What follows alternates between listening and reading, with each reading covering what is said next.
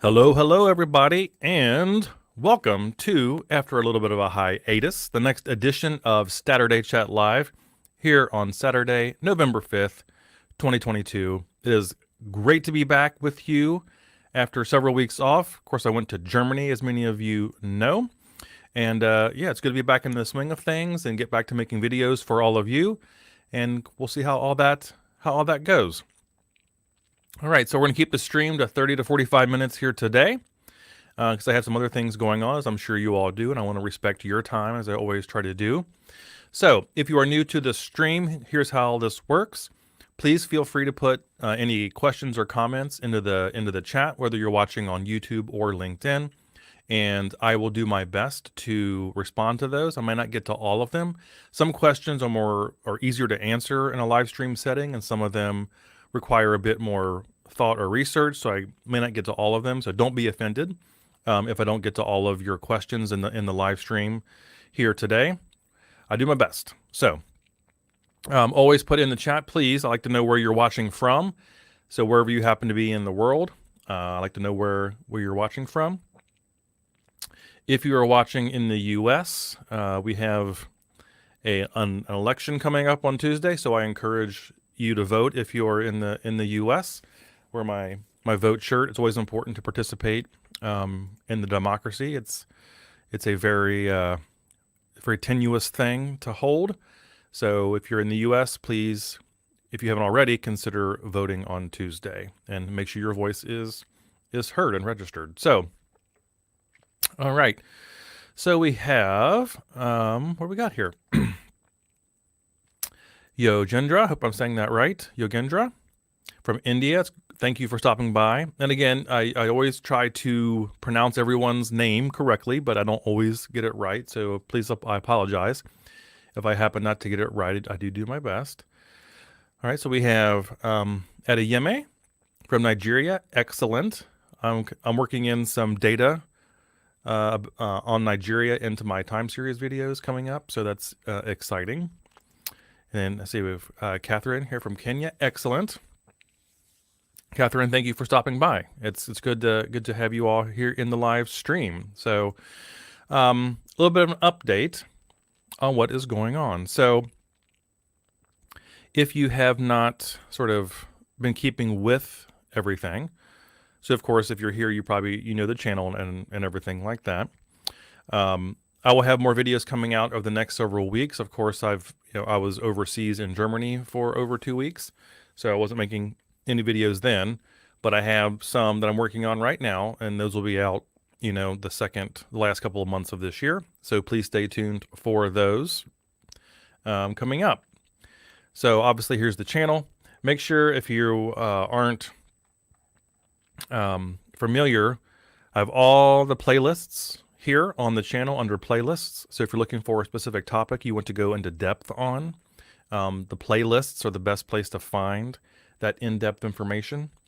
Also here on my website, if you go to YouTube here at the top, and then you go to Statistics 101, you will see all the stats playlists here.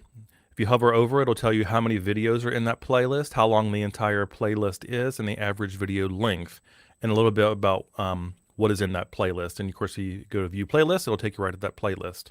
So I want to make the content easier for you to find. So if you go to the website, my website here, which is just bcfoltz.com, you'll see all that here to help you kind of navigate the playlists and things like that. All right, so that is that. Make sure to get that changed. So, as some of you know, I was overseas in Germany, my first time overseas, which was fantastic. The trip could have not gone any better. There's no way it could have gone any better. And it just, was just such an amazing experience. I'm not going to sit here and make this like a vacation sort of picture presentation.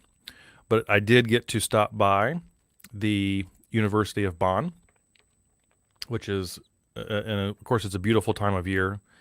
So you might have seen, you know, the famous building. It's not the math building or anything like that. I think it's the social sciences building, but this is the famous University of Bonn. Great mathematics school, even though that's in a different part of the city. Just a really pretty place to visit. So I was able to get to the university there, which was fantastic. But yeah, it was really good, and I'm glad I got to go overseas, and I had perfect weather the entire time, and that was that. So good to be back, though. Good to be back and work on some more videos for you. So if you have any questions or comments, please go ahead and put those in the chat so I can put those up on the screen and start answering those the best I can. And I'll talk about sort of what's coming up on the channel in terms of videos while you all put any comments or questions in the chat. So as you may know, let me get back to this here.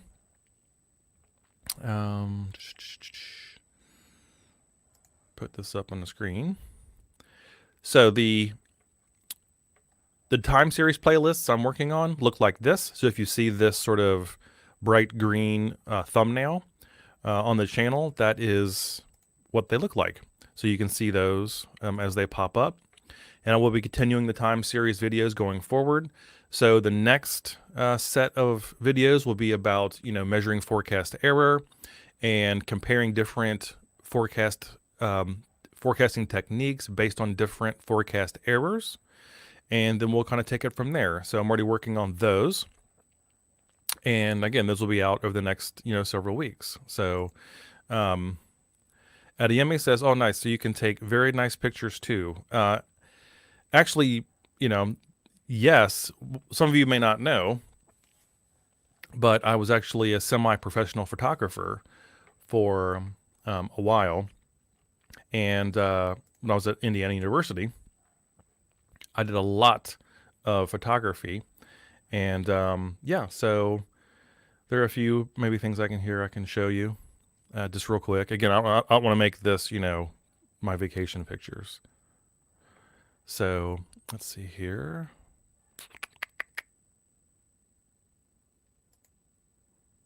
This one. Yep. So this is a city in Germany called Cochem, Cochem, and yeah, this is a very beautiful small city on the Rhine. And I was there with, you know, my friend and his girlfriend, just doing a lot of pictures and everything like that. But it's just a, you know, it was a beautiful place, you know. And again, I'm not going to sit here and bore you with my vacation pictures, but I do think it's important to, you know, to be able to explore the world when you can. You know, I've waited a long time in my life to be able to go overseas and explore different parts of the world. And it's very important for me to go sort of explore. Actually, I have my next trip planned in December. I'm going to go to the Netherlands and stay in Amsterdam for about 10 days and kind of explore that part of the world. So this is why we do things, you know, so we can do the things in life that we want to really enjoy. But yeah, so this was some. Maybe I'll share some more of these later on, but I don't want to sit here and go over my vacation pictures on this live stream unless people really want to see them. Let's see here. Taha, I don't see anything, only sound. Yeah, I think everyone's hearing me, so might want to pump it up a little bit. I wonder if I can. Let's see here. Can I make my volume a bit louder? So I will go a little bit louder on my volume. How's that? Okay. All right. So, got there. All right. So, some of the topics this live stream is in the channel is about. So, Eugender asks, any good book for AI starters? So, could you be, you know, well, this second question is a little bit easier for me to answer. So, for machine learning starters, yes. The one book I have, I would recommend. Let me see if I can pull it up. I have it upstairs. Let me see if I can pull it up on my screen really quickly for you. Yep.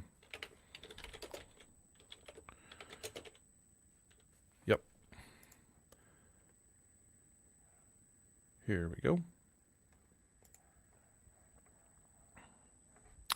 So if you're interested in the, beginnings of machine learning, I would recommend this book right here.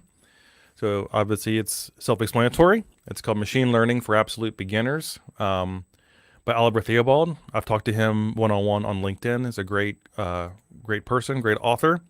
So this is a great book for absolute beginners, and he has other ones. So he has Machine Learning with Python down here, Make Your Own Recommender System, and stuff like that. So this is a great book for machine learning starters.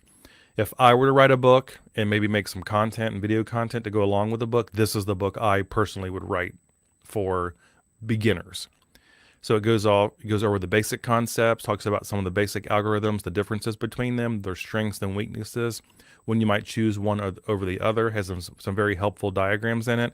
And the book is actually very thin. It's only about, half an inch thick or so. So it's a great book for beginners. So that would be my 2 cents.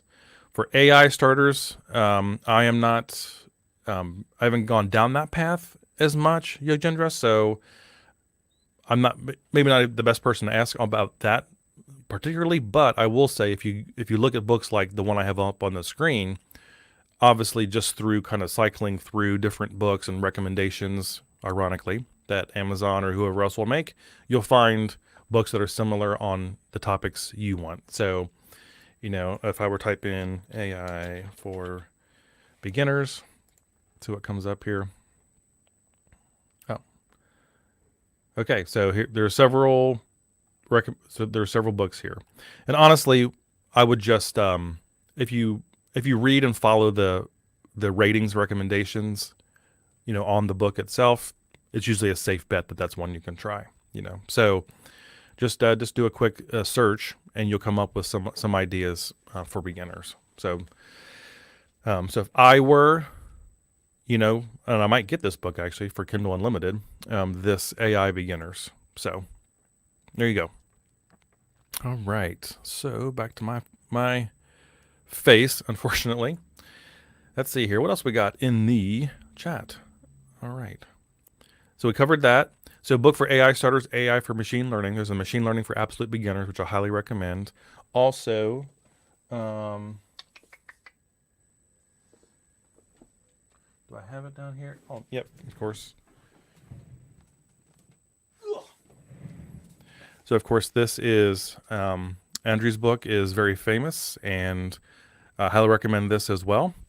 He'll go into a little bit more, not super crazy into the math, but it's a very helpful diagrams and graphs and stuff with a little bit of math to kind of get you started. Things like, of course, there's the scikit-learn algorithm cheat sheet goes into there. So a lot of you have probably already seen or heard of this book right here. So this is a great one for beginners as well. So if I were just getting into like studying machine learning, I would probably read Oliver's book first. So the Absolute Beginner's Guide to Machine Learning, and then I would probably read this next. And then from here, you can go on to more advanced books. So that's what I would do if I were looking to learn a bit more, or if I were, just starting out in machine learning. Now, I will say, of course, my channel is mainly about statistics. So any of the overlap between machine learning topics and AI topics and statistics, of course, will be covered on my channel. So obviously just good old-fashioned regression, logistic regression, and things like that, which are, of course, are two of the basic algorithms in machine learning, one for continuous, one for categorical variables. You can find that content on my channel and others. So that's a good place to start as well. Because if you can get just good old-fashioned regression down and logistic regression down, that's a good starting for some of the other continuous algorithms and some of the other classification algorithms, if you can get those down. All right. Abdul, hi Brandon, good to see you again. It is good to be back. It is good to be back. So yeah, I was thinking about streaming while I was over in Germany, but I did not have access to a stable enough internet connection. it was good enough to just do, typical things. But like to live stream, you really need a lot of bandwidth going up. And I did not have access to that. So I didn't stream from Germany. But it's good to be back, and good to be back with you all after a little bit of a hiatus while I was overseas. And obviously, if you have any questions about Germany, I can answer it from sort of a tourist perspective, I guess, like my experiences there. But unless you want to know about that, I'm not going to bore you with that kind of stuff. But I'm more than happy to share my experiences there. And I do have some other pictures pulled up I can share if you want to see any more pictures of my time over there. All right. Good. Voice is okay? Good. Glad that the voice is okay. So what I'm going to do, I'm going to go back to my audio and put it back where it was. There we go. I don't want to blow anyone's ears out. There we go. All right. Baskar asks, can one be an awesome data scientist, awesome machine learning engineer, and awesome software developer at the same time? Can one be those things? Absolutely. I think you can. Most people will maybe choose one as sort of a major focus and then choose others as a support focus. Or you can go with the philosophy I sort of take, is that learning different things is not the sum of their parts, it's the multiplication of their parts. So by learning, like if you learn data science, obviously that overlaps and has similarities with machine learning. They enhance each other. So 1 + 1 doesn't equal 2, 1 + 1 = 3, because the connections between the topics actually become something greater. And if you throw in developing on top of that, those can enhance each other and sort of have a compounding effect where it's not 3 things, 1 + 1 + 1 = 3, it's 1 + 1 + 1 can equal 7. So you can look at it that way. But it just depends also, it also depends on how deep into these topics you want to go. Mastery takes a long time, a lot of practice. Mastery also means you have to stay up on what is changing in that field. So you have to have sort of bandwidth to stay on top of the topics in that field. So can you be awesome at all of these? Absolutely. Is it a bit more reasonable and easier to pick one to focus on and then use the others as support? A lot of people do that as well. So there's a difference between what is possible and what is probable. So those are two different things. All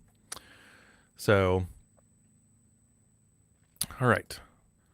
Good question though. I'm live stream. I'm doing study with me live with screen sharing and watching you live on it. Oh, hey, more people that watch, I guess, the better. All right, let's see what else we got here.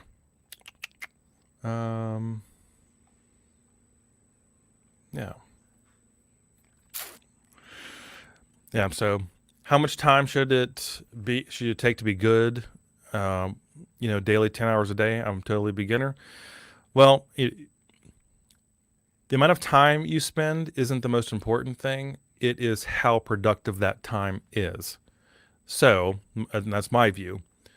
So if you are at your best for 6 hours a day, then only do 6 hours a day. If you are, at your best 5 hours a day, 5 hours a day. It's really the quality of the time per day that you can focus on learning something and retain the information and not get burnt out and resent doing it. So it's not the amount of time, it's the quality of the time you spend learning something. Another strategy is to, spend a few hours learning one thing and then take a break and then come back for a couple hours and learn something related but different. And then maybe come back a little bit later and spend a couple hours on a third thing. And what you'll find usually the way the human brain works is that it picks up patterns and connections between things. So if you study topic one, like in the morning, study something similar but different in the afternoon, your brain will start making connections between the two. Same thing with studying something, later on in the day that's different, a third topic. So that's, that's the way I like to learn. I'm not a person that can sit and study one thing for like 8 hours straight. I need a little bit of variety. So I'll study something for a bit of a time, then I'll read something for a bit of a time, read something else or study something else for a bit of a time. And what happens in my mind is I start forming connections and patterns between those things, and they enhance each other, and that's how I learn best. Now everyone's different. Everyone has to learn in their own way. Some people can sit and study the same thing for like 12 straight hours, almost with no breaks, except maybe to use the restroom, and they can do that. I cannot. So it's just each person's idiosyncratic study habits of what they find useful for them and what benefits them the most. But I will say this, Bhaskar, the most important two other things about this, and I'll move on to the next comment, is that it's not enough just to sit and like study something. You have to constantly reframe that, what you're studying, in your own words, so you can write out like a summary of what you've studied. Of course, practicing what you're learning is very important, and then testing yourself in some way is important. So whether that's making your own flashcards or doing like a course that supports whatever you're learning is very important. So you have to cycle through the content and not just passively read it or watch it or whatever else. So, and that's just from learning science, that's just learning science 101. All right. What else we got here? Your videos are absolutely great ones. I learned most of the statistics from your playlist 101. Good vibes. Well, I'm so glad they are helpful for you. So that's why I do them. That's why a lot of us, do them. You don't go into education to be famous or to be rich or anything like that. You go into education primarily because you want to help people. You love to learn. You're curious about the world, and you like taking what you know about the world and learn about the world, and then passing that on to others through the ability to explain and teach. And then, my goal is for all of you who are watching my channel and others' channels and studying your asses off and working hard and putting in the effort, that you can go out and make the career, you can go out and create the life that you want based off the effort and the time you're putting in now. If you still have aspirational goals about what you want to do and where you want to go. People like me and my channel are just one little step along the way to help you get there. And that's how I see what I do, and a lot of other people see it the same way. We're just one little bridge to help you cross the stream on a much larger journey. So Yajendra, I'm glad that you find the videos helpful, because that's why I do them. A lot of other people do them. All right. Let me go back through the comments here, make sure that any I missed. So yeah, feel free to put your comments or questions in the chat. I will answer them the very best I can, depending on what they are. I think I'm caught up pretty much to everything. Yeah. So like I said, over the next, several weeks, several months, I'll be putting some more time series videos up as well on the channel. So I'm going to pull in some data from governments, World Bank, some sort of real world data that we can work with. And then go through some of the basic concepts in time series, how to measure forecast accuracy, sort of the intuition behind it, sort of the common sense, thoughts about time series. We might go into R and do some basic stuff in R, but I don't want to overwhelm people with that. But there are some basic things we can go and do in R. And of course Excel as well. So we'll pull in some software along the way. And, another thing I want to do with the time series playlist is really get people to think about what are the limitations of time series analysis. It can only do so much. Time series analysis works best under certain conditions. And we'll talk about those as we go forward. All right. Okay. Let's see here. Yeah, I think I'm caught up here. So first of all, if I know there's a lot of stuff going on in the tech world right now. So if you or anyone you know has been impacted by a lot of these job, cuts and losses and stuff like that, I'm sorry, definitely sorry about that. So I hope you aren't. But if you have been or know someone, hopefully this is just kind of a reset, and things will settle out over time. But it's really rough out there. I don't know, especially if you're in India, you're dealing with some environmental issues. So I hope you all are doing the best you can with those as well. So I try to keep track on what's going on in the world, because I know you all come from all over the world, and it's really my obligation to make sure I have some understanding about what's going on in your neck of the woods and not just focus on my own. So, Bhaskar, thanks for amazing tips. I will apply those. It's glad to watch you. On contact on LinkedIn, and we'll continue to learn a lot of things from you. I will keep coming and learn on that bridge. Absolutely. So, so make sure, if you aren't already, if you're just watching on YouTube, make sure you do connect with me on LinkedIn as well. So, I share a few more things on LinkedIn in addition to what I share on YouTube. And on that note, while I'm thinking of it, so as all of you all know, my day job, many of you know, my day job is at Cengage Learning. So we create course materials for college. We do a lot of things at Cengage, but my part of the business, we create course materials for college students, in the U.S., Canada, and all over the world. And we just released a new title. It's not about statistics necessarily, but it's called Foundations of Investments. So I work on the product team, the amazing product team that puts out these sorts of things. So obviously I was heavily involved in the development of this, especially the video content. So this, the digital side of this text has, 120 something videos, and I edited all of them. So if you like my videos and how they're put together, the videos for this are done in a similar way, because I edited all of them and the authors recorded them. So it's actually the authors that made them. So I'm very proud of our team. Took 2 years to get this out. Very proud of our team. We have a fantastic team that works on these. And so I just wanted to give a shout out. This is my YouTube stuff is completely separate from my Cengage work, but I just want to give a shout out to everyone on our amazing team, the authors and everyone in the production side that worked their butts off to get this out. And we're really happy with how it turned out. So if you teach investments, or, are looking to learn about investments and want a great book to follow along, this is it. So Foundation of Investments.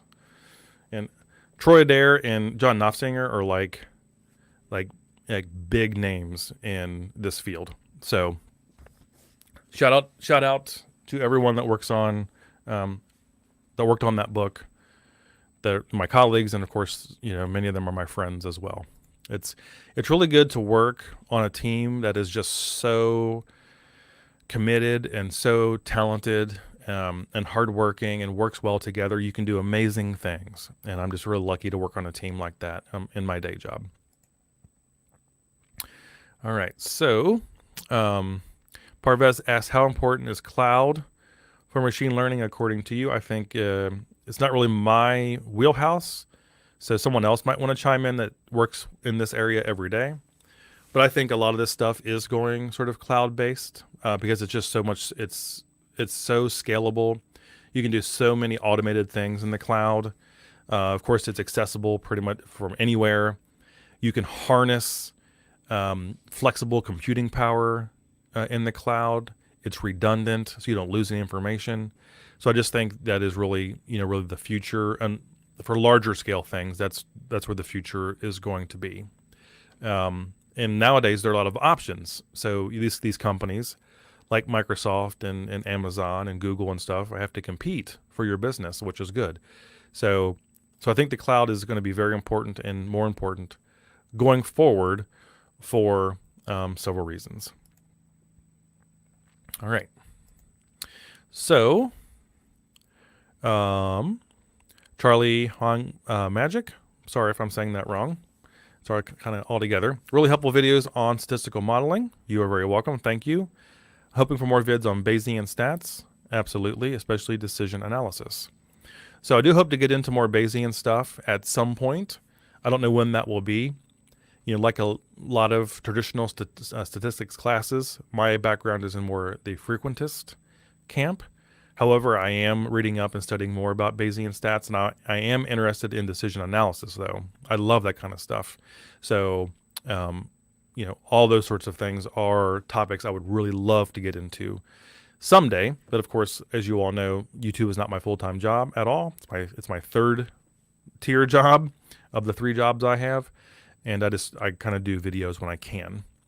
So, yes, thank you for the ideas. And those have been on my list for quite a long time, and I do hope to get into those at some point, even if it's at a basic level, you know, because I think, you know, stats is traditionally taught from a frequentist perspective, and a lot of students aren't even aware of this sort of other branch of Bayesian statistics, and I think just getting people, you know, used to what it is and how it's different, sometimes that might be enough, you know, at the beginning to just introduce, you know, people to that different way of looking at a problem. Just, you know, some problems are better suited for a frequentist perspective, some are better suited for a Bayesian perspective, and some problems you can look at both ways. There's no right or wrong. It's just a different way of looking at that problem depending on how it's framed.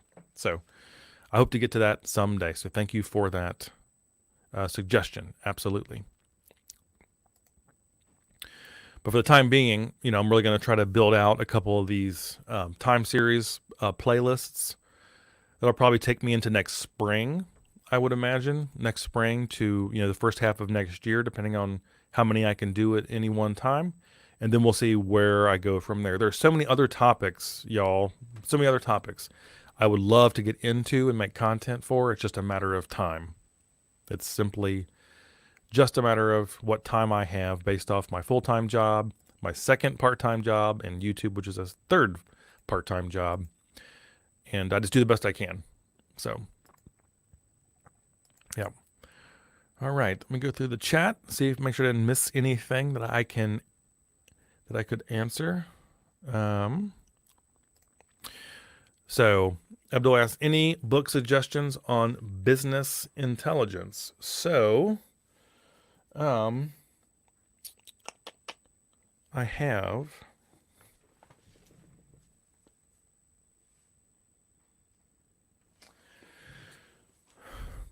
my bookshelf is right over here, and I don't want to go over top of the computer to get them. So a lot of the books I have on business intelligence are tied to some sort of software.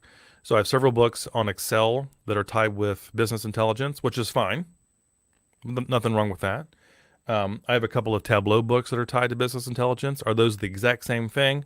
Not necessarily, but oftentimes business intelligence is taught through or by the means of some software package, right? So you'll find Excel for business intelligence, Power BI business intelligence, Tableau business intelligence type books, which are all great.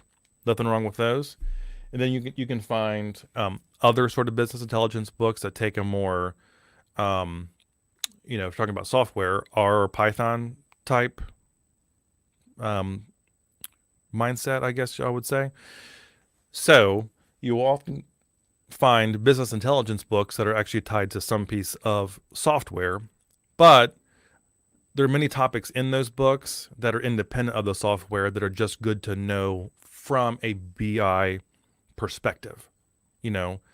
So it doesn't really matter what software you're using in that case. It's more about the concept and the thinking and the rationale and the thought process that goes into that business intelligence topic or concept. So that's kind of what I have sort of on my bookshelf. If anyone else in the chat has a suggestion on a good business intelligence book that they've come across, please feel, and that goes for anything. So this isn't me just talking. So talk to each other in the chat. If you have a suggestion to a question that someone has posed, just put it in the chat, because I'm limited to what I have available or what I've been exposed to. So help each other. But Abdul, that's kind of what I have. So over there, I have several business intelligence books that are tied or taught through some software. So, all right. Catherine asks, I would also love to watch if you did the decision analysis videos. I learned from it as well. What book would you suggest we read on? Are you talking about just books on decision analysis, Catherine? The books I have,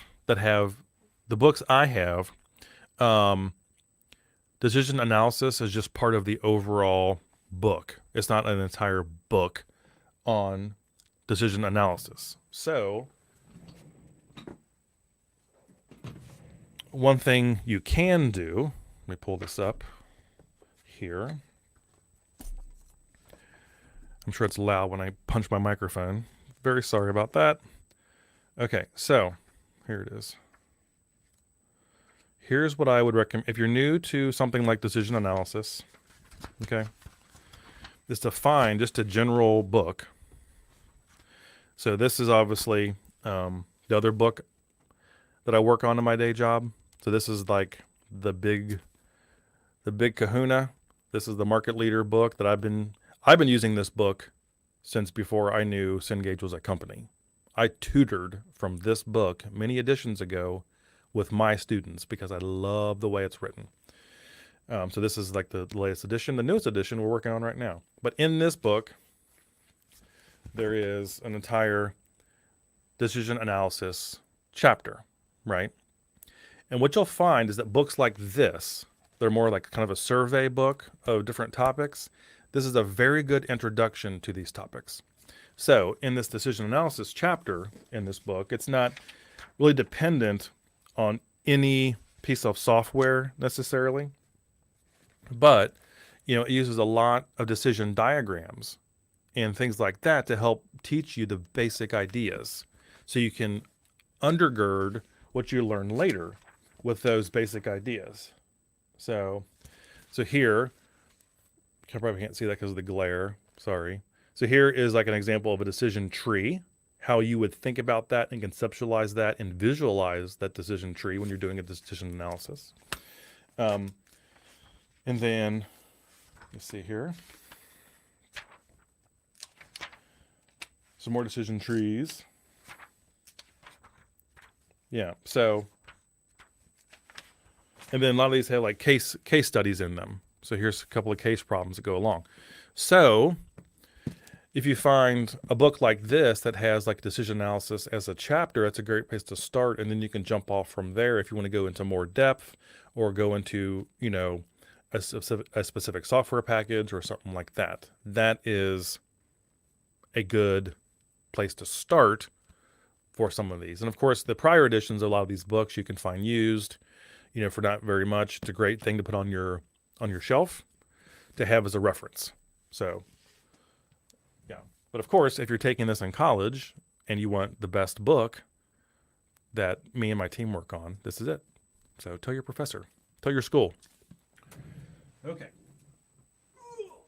Crap. All right. So check our time here. We're doing good. Right. So I've learned Power BI, now Tableau. Is there an data analytics course? I've learned Power BI, maybe not Tableau. Maybe I'm reading this wrong. So I guess I'll be able to learn Tableau easily, isn't it? So if you're saying that you've learned Power BI but not Tableau, does that make Tableau easier to learn? And the answer is yes. So absolutely. If you've learned, and this goes for like any similar type sort of software, if you learn one, picking up the next one is a lot easier because the same concepts are there. It's just learning what button to press or what thing to drag or whatever else. The fundamental concepts undergirding them are overlap quite a bit. It's like a Venn diagram. In the middle, there's a lot of overlap between these two. So once you learn one, picking up the second one is a lot easier. So, Power BI online is very good for an online piece of software. And of course, Power BI desktop will only work on Windows as of this point. But as far as I know, so yes, Once you learn one, you can learn the other easily, and I would recommend at least learning the basics of both, so you're prepared, if you work for a company that uses one, not the other, or you're asked to do something in one or not the other. So, excuse me. Hey, Parvez, how you doing? Good to see you back.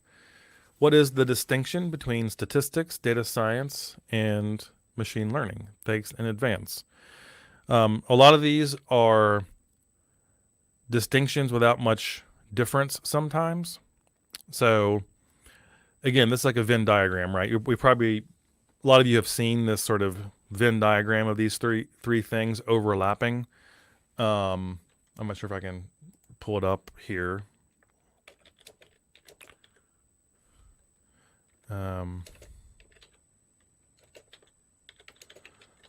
see here. Yeah, there we go.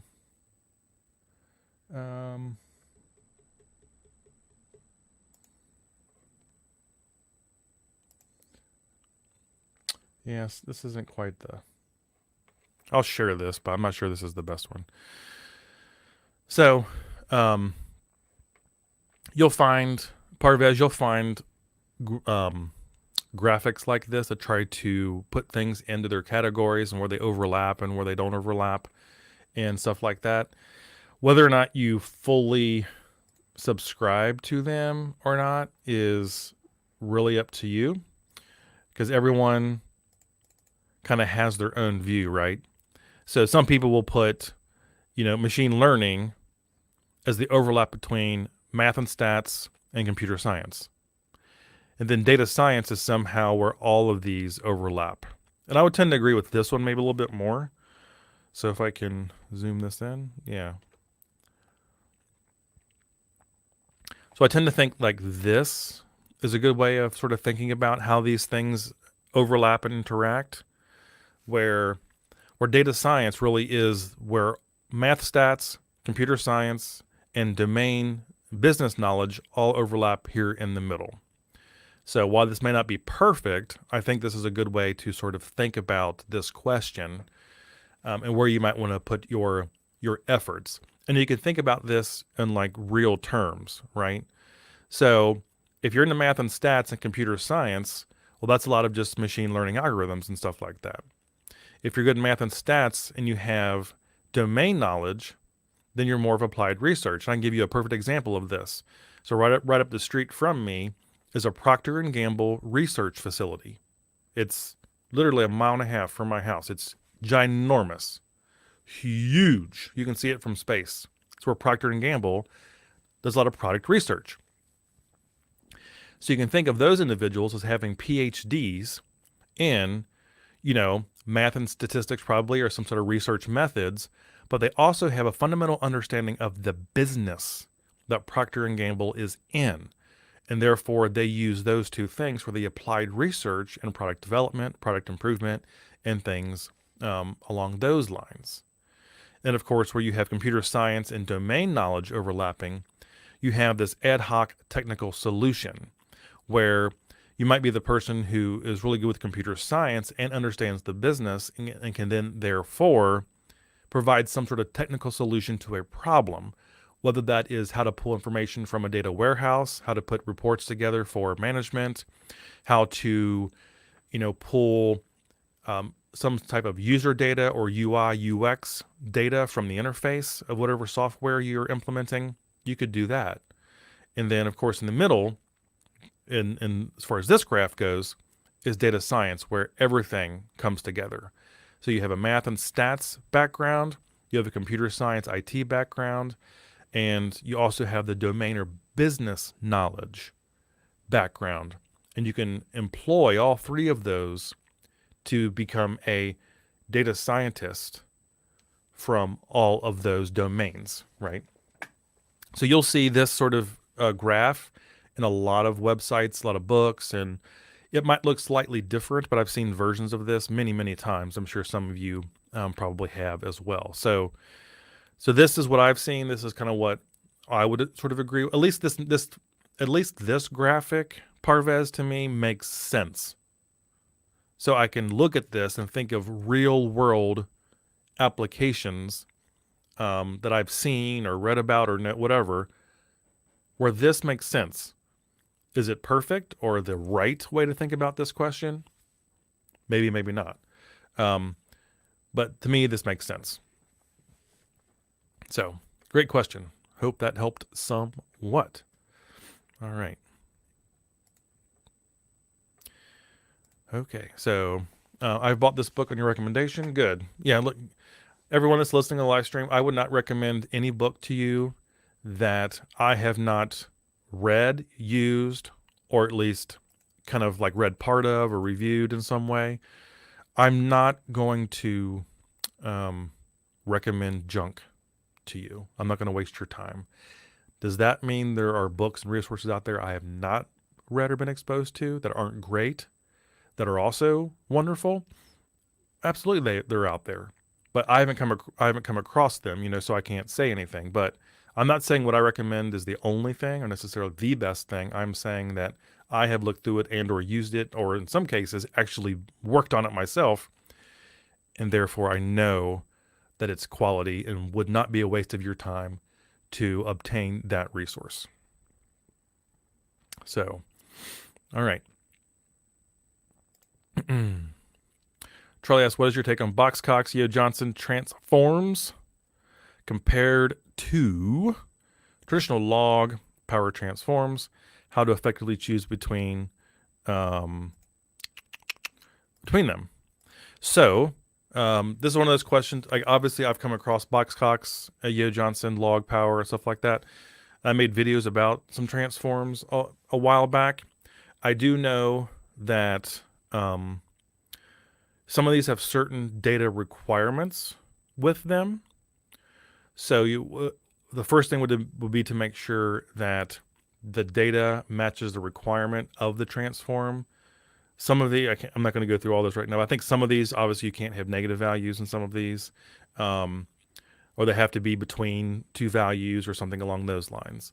So I think, just off the top of my head, not going back and reviewing these recently, Charlie, I think it would just depend on the nature of the data, the limitations on each transformation, and then which ones works best in the analysis or the algorithm that you're trying to learn. So, and sometimes, as long as the data meets the requirements of the transform, it's not uncommon just to try them all and just see, which one works best at, I would assume, reducing error, having a better fit without overfitting. So, which obviously that's something we always have to look at, is underfitting and overfitting, various variance and bias trade-offs and stuff like that. Okay, and I'm sure, like, I'm not in that into that realm, but if you go into the academic research, I'm sure there's a whole canon of research on which ones are recommended when. So I'd have to go back and review those. I'd have to go back and review those, Charlie. So, thank you so much. Thank you so much, Regender. I appreciate that. I don't put this up, very often. But any super chats, on YouTube, or PayPal tips are always welcome. It helps the channel a great deal. I spend a lot of time and my money on, getting the videos done correctly and having them captioned correctly and everything. So if you are able to do super chats and or PayPal tips, which you can find on my channel, I do appreciate it. So that's very kind of you. Thank you very much for that super sticker. I really, really appreciate it. Okay. Let's see here. Just a couple more minutes because we're almost at an hour.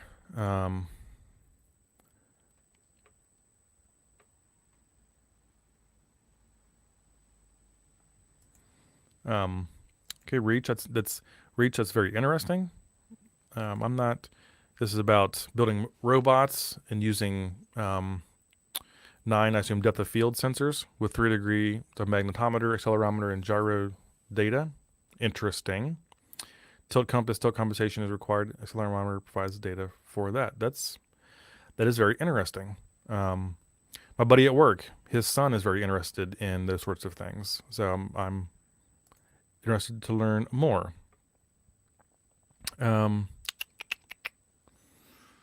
see. Problem is that when small robots are moving, they bounce around a lot and put lots of noise to try to get the actual data from. I don't know a whole lot about this topic, but what little I do know is sometimes the sensors and the algorithms, what they do, they cancel out the noise by having opposing sensors. So it's sort of it's a signal. How do I describe that? It's a way of canceling out one signal by an opposition signal. Does that make any sense? So again, this is not at all my area of expertise, but it's very interesting. So I probably can't help you with more than just my layperson's knowledge of what little I have on robotics. Sorry. Let's see here. Where am I at? Oh. By any chance, are you dropping India? Dropping in? What do you mean by dropping India, Eugendre? Like dropping in India? Like coming to India? Let me know what you mean before I sign off so I can address what you mean by dropping India. Okay. Okay, got that one.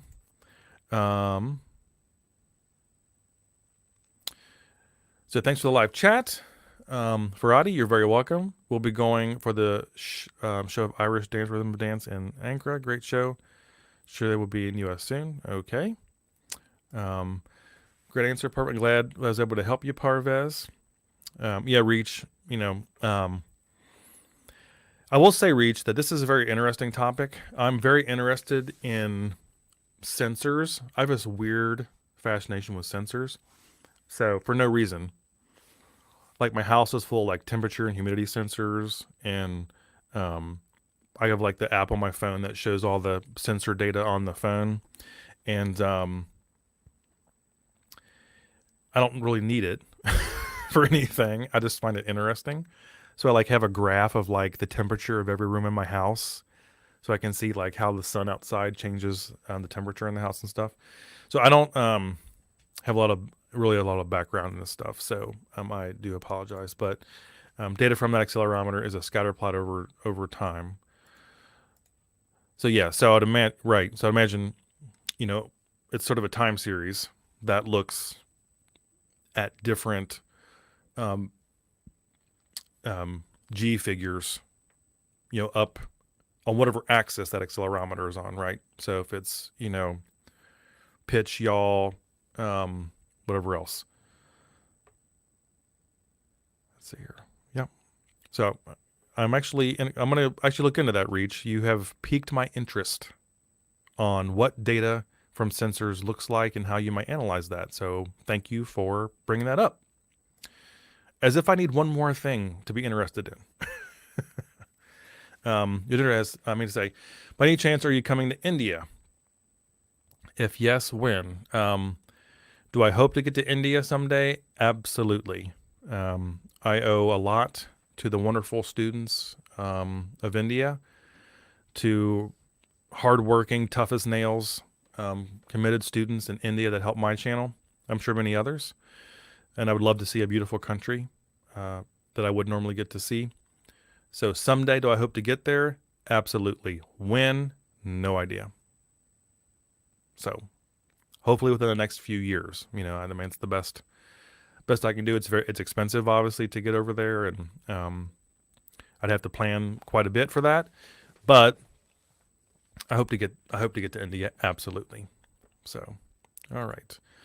Well, everybody, we're about at an hour, so I'm going to go ahead and wrap up this live stream. So just keep in mind, stay tuned to the channel. I'm going to have some more time series videos coming out, and we'll just kind of see how long that goes and how far I want to go down the rabbit hole of time series, to the point where I think it's the most beneficial for most students. You can get really into the weeds on a lot of this stuff, and I don't want to get too far into the weeds and just lose everybody. So I go into a topic to a point. There's like a fall off where it helps fewer and fewer people. So I just try to go on a topic until that point. And that is sort of my goal with the time series stuff. And I find time series interesting. So there's a lot of things you can do with it, and a lot of stuff in your own life you can use it for. So yeah. All right. So anyway, I think I'm gonna go ahead and wrap this up. So thank you all very much for stopping by the live stream. I will see you again in a couple weeks. So take care of each other, and all the best to you and your loved ones. Keep on learning. Take care, and bye-bye.